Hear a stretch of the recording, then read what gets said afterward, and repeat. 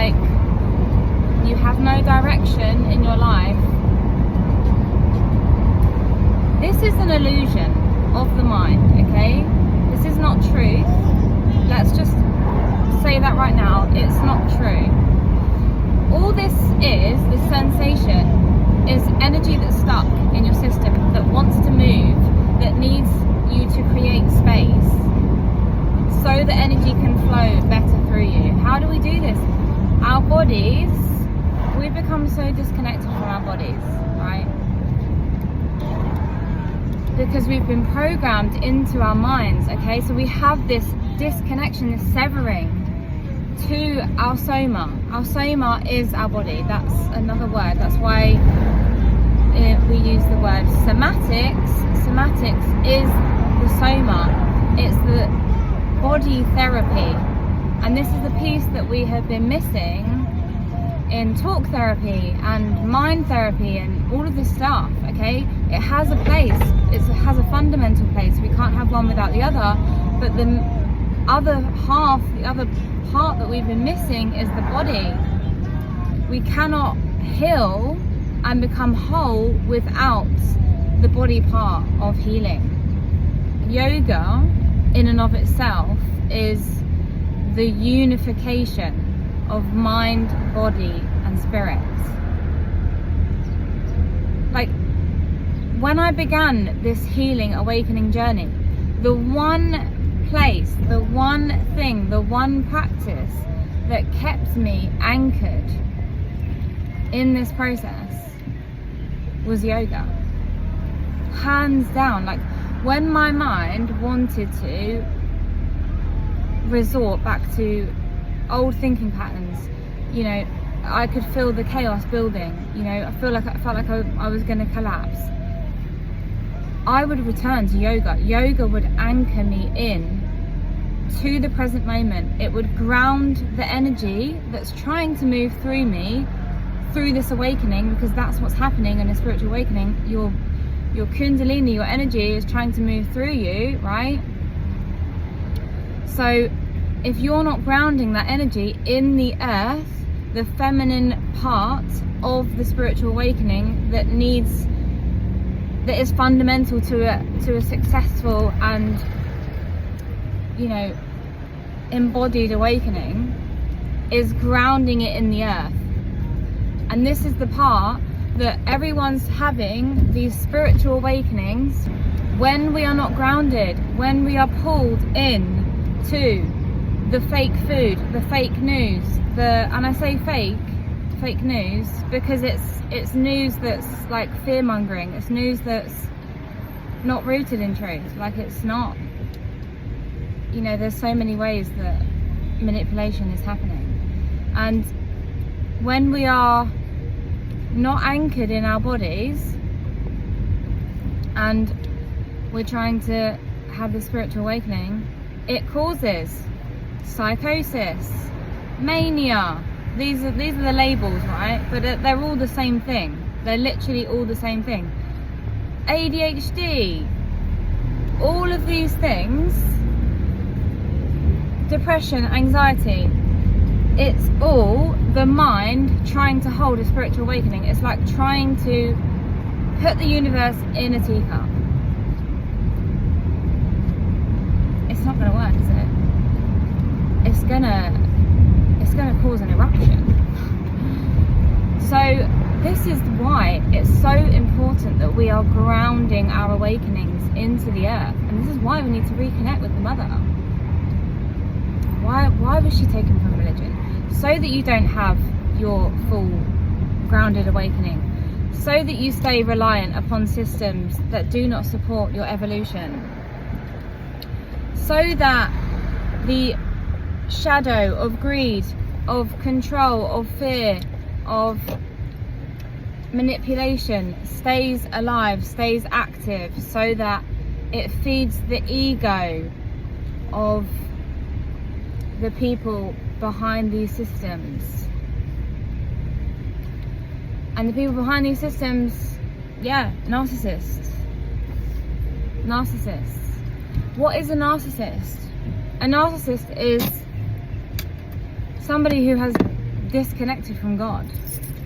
A narcissist is somebody who has sold their soul for the ego.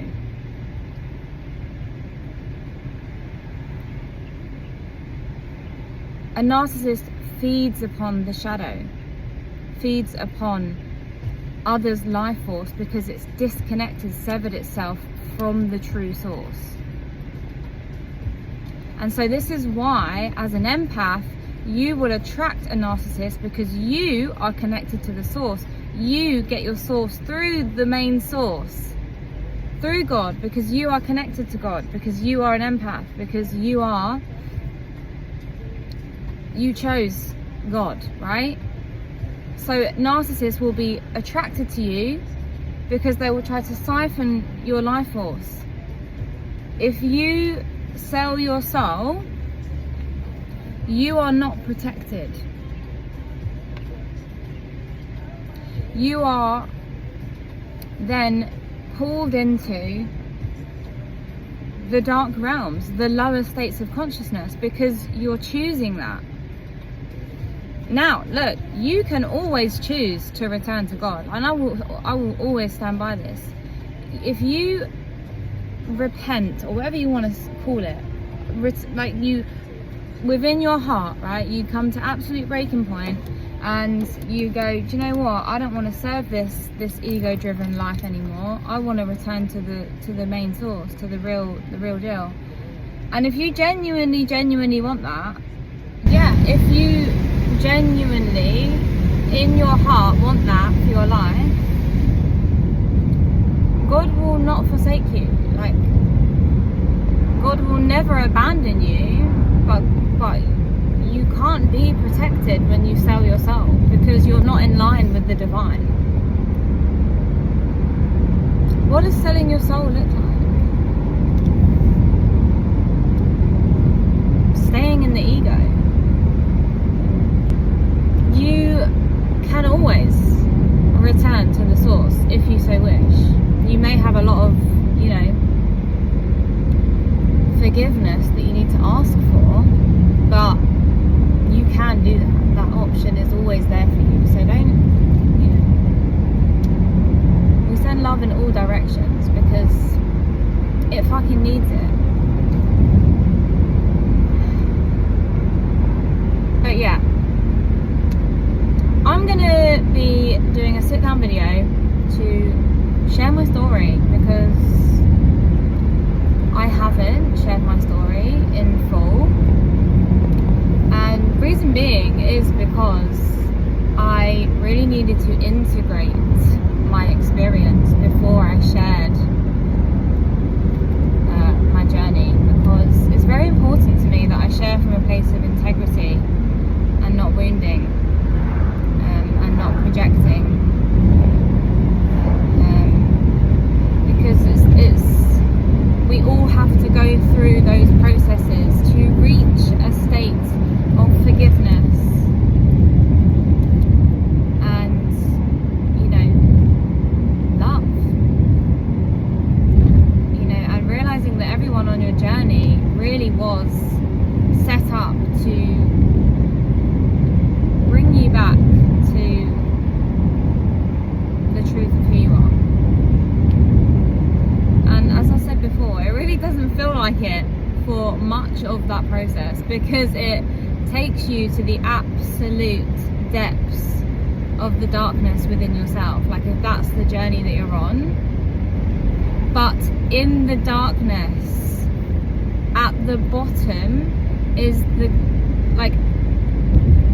my soul chose to go to the absolute depths, right? My soul chose to go to bottom, ground zero, because there you have the deepest medicine. There's no other medicine to get. If you've chosen to go to the deep, you have chosen the deepest medicine for your soul, and that creates the greatest expansion for your growth. Now, it's a process. It's an absolute individual, unique process that we all must endure and go through. And I say endure, like, it's a process. And You know, there's a lot of information out here that's like, do this and get here in 30 days and do that and do this and do that, and that's fine because that's some people's journey, right? But for the radical, rebel, like sacred path that your soul has chosen to, you know, fulfill a prophecy for the divine, you will be taken to every inch of your psyche, your soma, to break down what is not true, to reveal what is not true, and to rebuild what is. This is what it means to reclaim the kingdom within. However we are internally reflects out into our external reality. Okay, so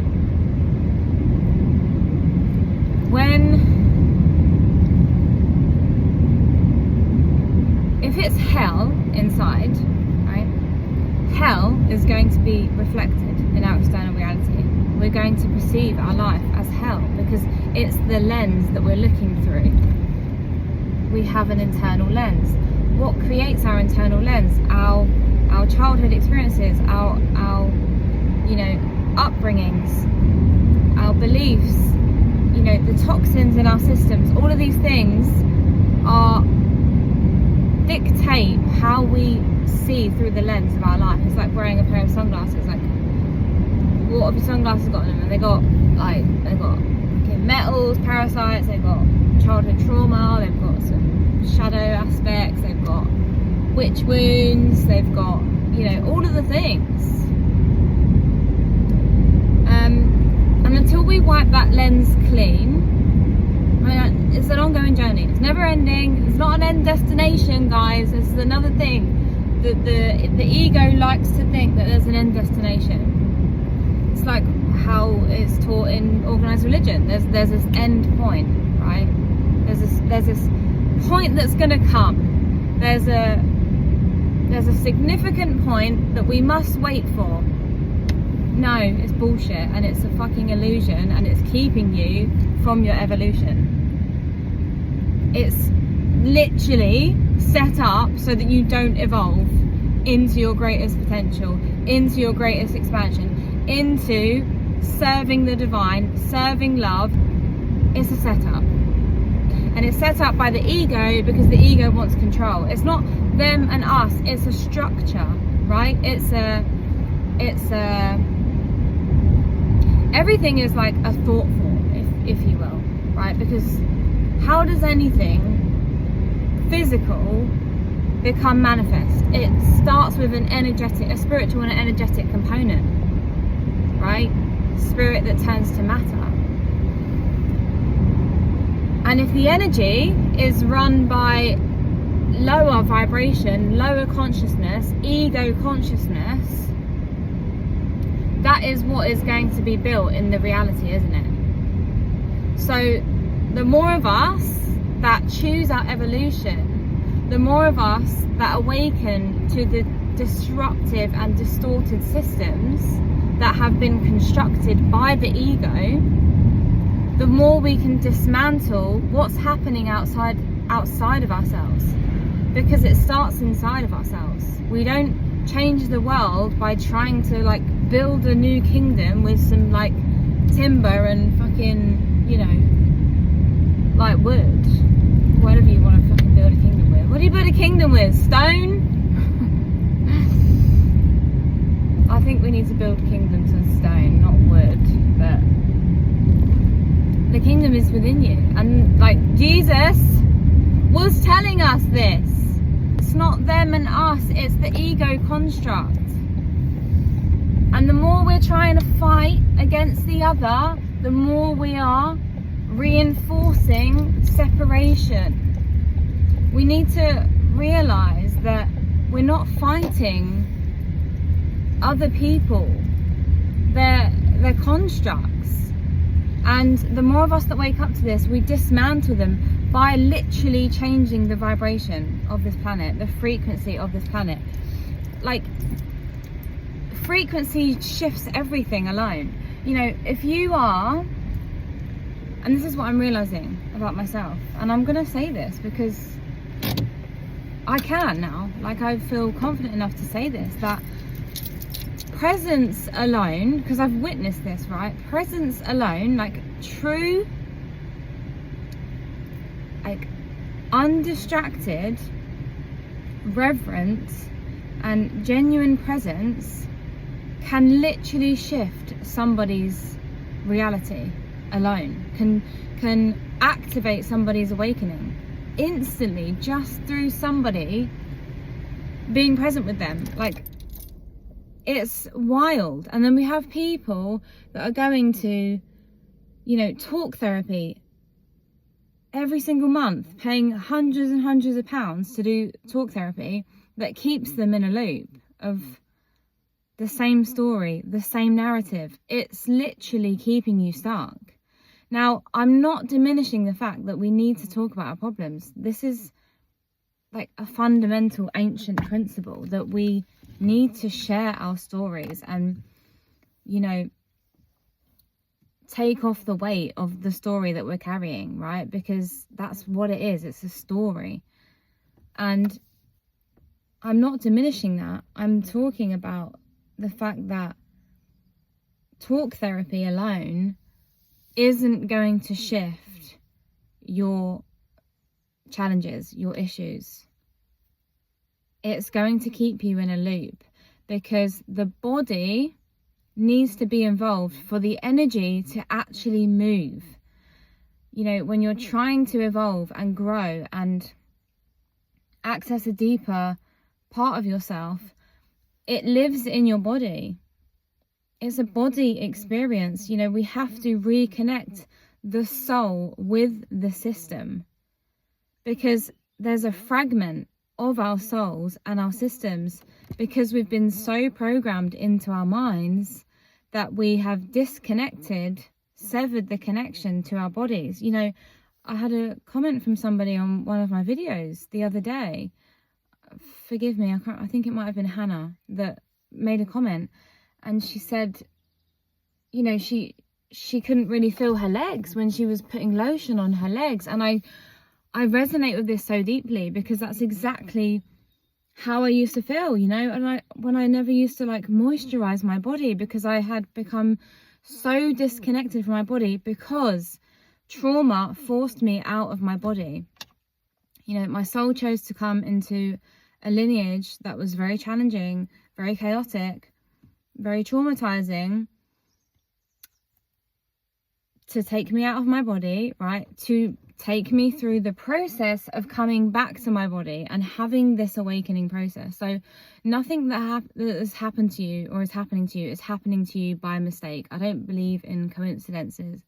I believe that everything is happening to you for your highest good, for your highest evolution, for your highest growth. When you can witness it in this, through this perspective, is when everything changes, because it is a matter of perspective, right? You can look at something negatively or you can look at it positively. Now it might take some time to shift this perspective, but it's true, right? You know, what you believe is true. So reconnecting with our bodies is a fundamental piece of our awakening, because we can't fully awaken without the connection to our bodies. And it's not an overnight process. You know, you think you've walked a lifetime not being connected to your body. So it's not going to be an easy process. And of course, when we try to return to the body after a lifetime of being disconnected, what do we come up against? We come up against everything that we're carrying in this body that is not true, that is painful, that is heavy. You know, the stories, the traumas, the toxins. You know, we start to feel the weight of this body, and then the ego can want to run, you know, and a lot of times it does because it's safer and easier to stay in this way that it's always been. But it's not about you. It's not about whether you fall on or fall off the path. It's how swiftly and efficiently you can get back on, right? And each time you fall off and then you come back again, it gets easier to come back and return and remember. And this journey really is about remembering. It's a remembrance of everything that you have forgotten. It's not about finding something that is going to be like the great big thing.